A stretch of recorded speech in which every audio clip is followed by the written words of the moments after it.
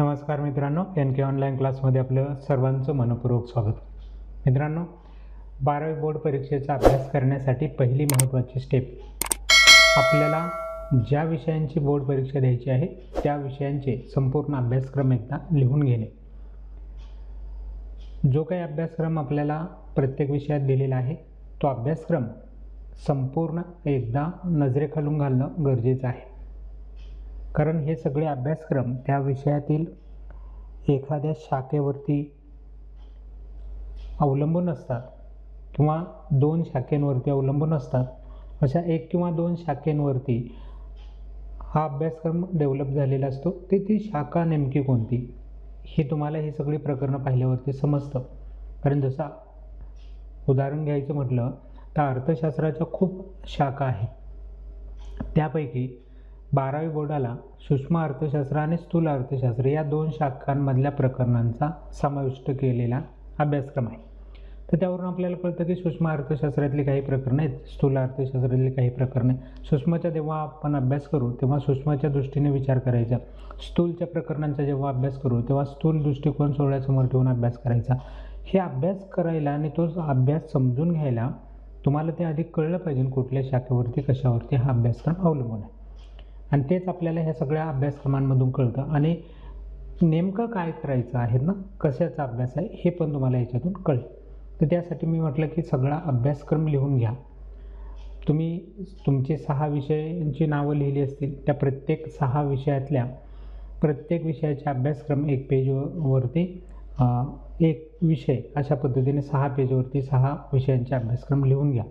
फक्त ऐकू नका व्हिडिओ. ऐकून तुम्हाला काही त्याचा फायदा फारसा होणार नाही, कारण तुम्ही हजारो व्हिडिओ दिवसभरात पाहत असाल. त्याच्यातलं किती लक्षात राहतं आपल्या? लक्षात राहू शकत नाही.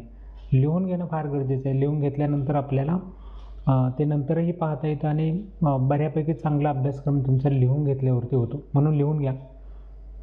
आत्तापर्यंत आपण मराठी, इंग्रजी, अर्थशास्त्र, राज्यशास्त्र, चिटणीसांची कार्यपद्धती, वाणिज्य संघटन व्यवस्थापन, भूगोल यांसारख्या विषयांच्या संदर्भातली संपूर्ण अभ्यासक्रमावरती आधारित असलेले व्हिडिओ बनवलेले आहेत.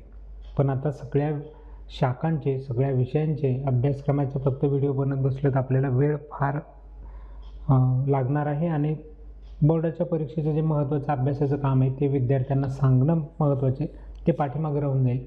तर आत्ता आपण थोडंसं या ठिकाणी विषयांच्या अभ्यासक्रमाचे व्हिडिओ थांबवणार आहोत. नेक्स्ट पुढची जी आपली दुसरी स्टेप आहे त्या स्टेपमधल्या व्हिडिओला सुरुवात करूयात.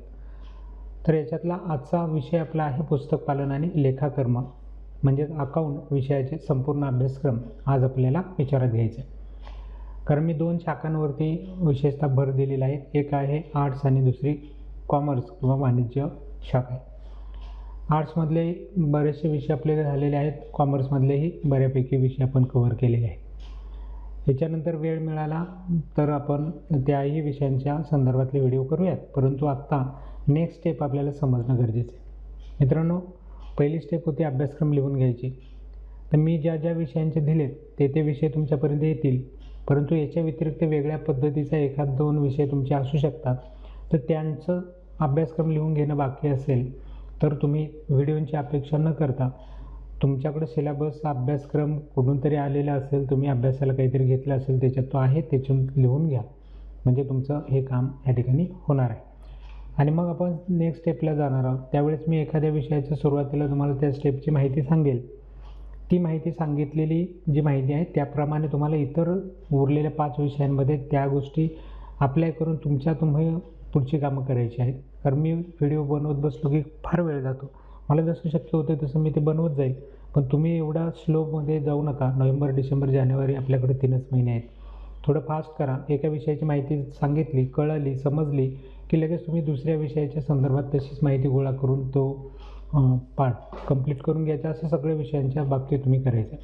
आणि माझे व्हिडिओ पुढचे पुन्हा वेगळी स्टेप येतोपर्यंत इतर तुमचा ज्या पद्धतीने अभ्यास चालू असेल तो अभ्यास करायचा.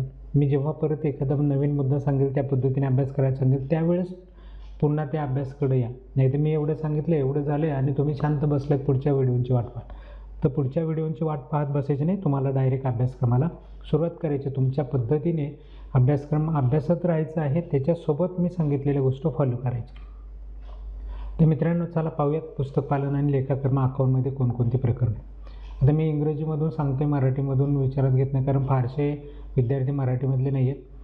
इंग्रजीमध्ये जवळपास सगळे अकाउंटच्या एक्झाम देते, तर आपण त्याच्याविषयी विचार करून इंग्रजीमधूनच ह्या गोष्टी विचारात घेतो. पहा, पहिले प्रकरण आहे introduction of partnership and partnership final account. तर इथं सिलेबस कशाच्या संदर्भात तयार केलेला आहे, कशाच्या बेसवरती आहे, ते तुम्हाला प्रकरण पाहत गेलो की आपल्याला समजत जातं. तर मित्रांनो, दुसरं प्रकरण account of non for profit concern याच्यावरती आधारित आहे. तिसरं प्रकरण पाहूयात. तिसरं प्रकरण हे अकाउंट्स ऑफ पार्टनरशिप याच्या संदर्भात आहे, परंतु इथं कंसामध्ये मेन्शन केलं की ॲडमिशन ऑफ पार्टनर याच्यावरती ते बेस आहे.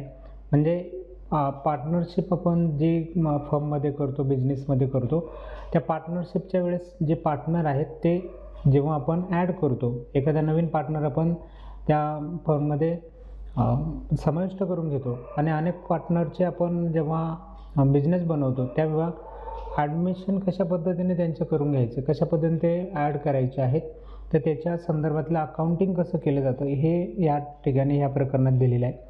चौथं प्रकरण अकाउंट्स ऑफ पार्टनरशिप, परंतु आता रिटायरमेंट ऑफ पार्टनर.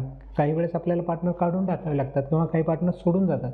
तसे सोडून जाताना त्याचा हिशोब कसा करावा लागेल, ते कशा पद्धतीने ते लिहिलं गेलं पाहिजे, तर त्याच्या संदर्भातली माहिती आहे.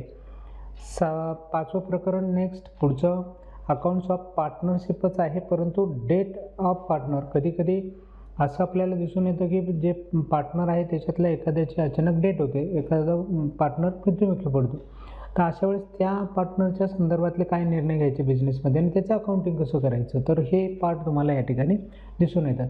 म्हणजे मला खूप छान असं पुस्तक पालनाचा सिलेबस वाटतो, कारण दैनंदिन जीवनामध्ये आपण बऱ्याच वेळेला अशा पद्धतीचं पार्टनर एकमेकांशी होत असतो आणि पार्टनर झाल्यावरती ते कसं व्यवहार त्याचे मेंटेन केले जातात याची तुम्हाला ॲक्च्युअलमध्ये माहिती ह्या प्रकरणांच्याद्वारे कळणार आहे. त्यानंतर 6 नंबरचं प्रकरण जर आपण पाहिलं इथं, तर इथं आहे dissolution of partnership firm. Partnership firm कधी काय आपण करणार आहोत की काही तोटा झाला, काही वेळेस बिझनेस चालला नाही किंवा काही असं अनेक कारणं आहेत, 2 पार्टनरमध्ये भांडणं झाली, तर अशा वेळेस आपण ती पार्टनरशिप तोडतो आणि व्यवसाय बंद करतो. मग असं जेव्हा व्यवसाय बंद केले जातात, ते पार्टनरशिप बंद केली जाते, तर ती बंद करताना त्याचे व्यवहार कशा पद्धतीने सॉल्व्ह करायचे, नील करायचे, तर याचं एक माहिती तुम्हाला ह्या 6व्या प्रकरणामध्ये डिझॉल्युशन ऑफ पार्टनरशिपमध्ये पाहायला मिळेल. नंतर 7 नंबरला आहे bill of exchange. Bill of एक्सचेंजचा हा एक महत्त्वाचा पार्ट आहे, तो डिटेलमध्ये पाहावा लागेल. मी सिलेबस आतमध्ये वाचलेलं नाही हे प्रकरणाचं, त्याच्यामुळं सांगता येणार नाही कशाच्या बेसवरती आहे. नेक्स्ट पाहूयात 8वं प्रकरण company accounts issue of shares. कंपनीचे अकाउंटिंग करत असताना इश्यू ऑफ शेअर कसे इश्यू केले जातात आणि शेअरच्या बाबतीतलं अकाउंटिंग कसं करावं लागेल त्याची माहिती तुम्हाला ह्या 8व्या प्रकरणात आहे.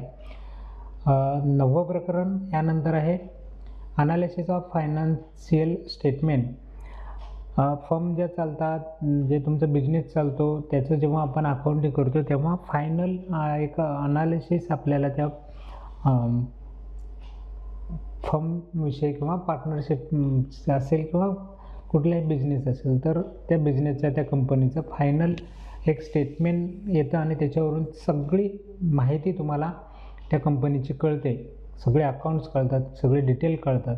ते कशा पद्धतीने अनालिसिस त्याचं करायचं, तर हे तुम्हाला 9व्या प्रकरणामध्ये दिसून येईल. आणि शेवटी 10वं प्रकरण आहे कॉम्प्युटर इन अकाउंटिंग. आता हे सगळं आपण मॅन्युअली आपण आपल्या पद्धतीने हिशोब करून सगळं लेखी हँडमेड पद्धतीने हे काम चालतं आहे. पण आता कॉम्प्युटर आणि नवीन युग आल्यामुळं थोडंसं याच्यामध्ये चेंजेस झालेला आहे. कॉम्प्युटरची मदत घेऊन आपण अकाउंटिंग करू शकतो आहे, तिथं आपल्याला बऱ्याचशा टर्म वापरावे लागत नाही, ते डायरेक्टच अकाउंटिंग करून आपल्याला देतं. तर ती आत्ताच्या काळातली महत्त्वाची गरज आहे. तर ती कशा पद्धतीने केली जाते, तर त्या विषयीचं कॉम्प्युटर इन अकाउंटिंग हा एक तुम्हाला शेवटचा पार्ट दिलेला आहे, महत्त्वाचा आहे. एक क्वेश्चन याच्यावरती 1-2 क्वेश्चन हमखास असतात, कारण थेरॉटिकली भाग आहे याच्यामध्ये, प्रॉब्लेम नाही आहेत, थेरॉटिकल भाग आहे. म्हणून ज्या विद्यार्थ्यांना प्रॉब्लेम सोडवताच येत नाही, तर अशा विद्यार्थ्यांना पास होण्यासाठी हे प्रकरण खूप सोपं आहे. तुम्ही अभ्यास करून ते पाठ करून जर ठेवलं तर उत्तरं लिहून देखील तुम्ही अकाउंटमध्ये पास होऊ शकता. म्हणजे एका अर्थाने काय आहे की हे सगळं अभ्यासक्रमाचा आपण पाहिला की एक आयडिया येऊन जाते की आपण बोर्ड परीक्षेला कसं सामोरे गेलं पाहिजे, ह्याच्यातलं काय आपल्याला अभ्यासता येऊ शकतं, कोणत्या घटकाचा अभ्यास आपल्यासाठी इझी असू शकतो, हे सगळं अभ्यासता येऊ शकतं. आणि हा सगळा सिलेबस पाहिल्यावरती कशाशी रिलेटेड आहे हे पण आपल्याला कळतं. पार्टनरशिप ज्या केल्या जातात बिझनेसमध्ये, त्या पार्टनरशिपच्या अकाउंटिंगचा जवळपास 6-7 प्रकरणांपर्यंत जर आपण पाहिलं तर ते पार्टनरशिपवरतीच डिपेंड असलेली सगळी प्रकरणं आहे. तर अशा पद्धतीने हा जो सिलेबस आहे तो अकाउंटचा आहे. आणि जेव्हा तुम्ही अकाउंटिंग कराल, अकाउंट शिकाल याचं, तेव्हा नेहमी पार्टनरशिप कशी केली जाते, पार्टनरशिपमध्ये आता काय होईल, पार्टनर आल्यावरती काय होईल, कसं येईल, कशा पद्धतीने त्याचा हिशोब होईल, हे डोक्यात ठेवून जर तुम्ही हे प्रकरणं अभ्यासायला लागले तर तुम्हाला प्रकरणं कळतील. अन्यथा त्याच्यातलं कन्सेप्ट समजायलाही तुम्हाला अवघड जाते. तर यासाठीच मी सांगतो की सिलेबस पाहून घ्या, कोणता विषय कशावरती भर देतो आहे हे तुम्हाला त्याच्यातून समजून येतं आणि अभ्यास करताना त्याची नक्कीच तुम्हाला हेल्प होते. चला मित्रांनो, आज आपण पुस्तक पालन आणि लेखाकर्म या विषयाचाही संपूर्ण अभ्यासक्रम पाहिलेला आहे. तर आजचा व्हिडिओ या ठिकाणी थांबवतो आहे. नेक्स्ट व्हिडिओमध्ये आपण आणखी नवीन याच्या पुढचं स्टेप आता काय करायची, प्रकरण आपल्याला समजली, यानंतर आपल्याला काय करावं लागेल या संदर्भातल्या एक नवीन विषयाला आपण सुरुवात करतो आहे. पुढची स्टेप आहे आपल्या अभ्यासाची, असं म्हणूयात. एक स्टेप झाली अभ्यासक्रम लिहून घेण्याची, याच्यानंतर आता दुसऱ्या स्टेपवरती आपण चाललो आहे.